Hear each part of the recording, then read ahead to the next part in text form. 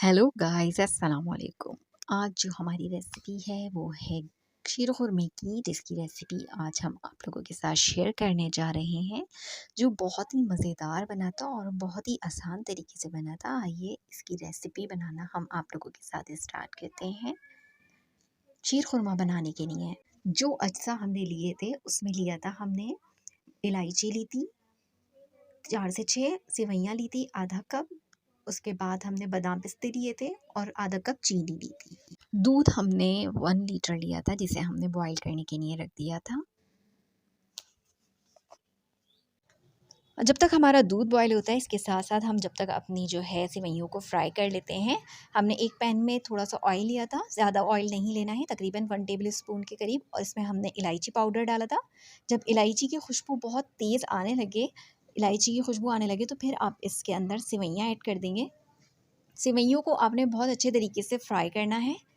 इसकी भी जब खुशबू उठने लगे तो फिर इसको आप व्यूवर्स, हमारा जो मिल्क है वो बॉईल हो चुका है। अब इसके अंदर जो है हम अपनी सेवइयाँ ऐड कर देंगे।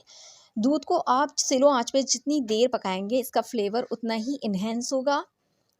जितनी देर पकाएंगे, मैं तकरीबन इसे 30 टू 45 मिनट्स तक पकाऊंगी। अभी देखिए मैंने इसको मिक्स कर दिया है। थोड़ा सा जोश आने के बाद हम इसको 30 मिनट्स के लिए पकने के लिए छोड़ देंगे स्लो आंच पर। 30 मिनट हो चुके हैं और तकरीबन हमारा शीर खुरमा बनके तैयार हो चुका है। व्यूवर्स, हमारा शीर खुरमा जो है तकरीबन तैयार हो चुका है।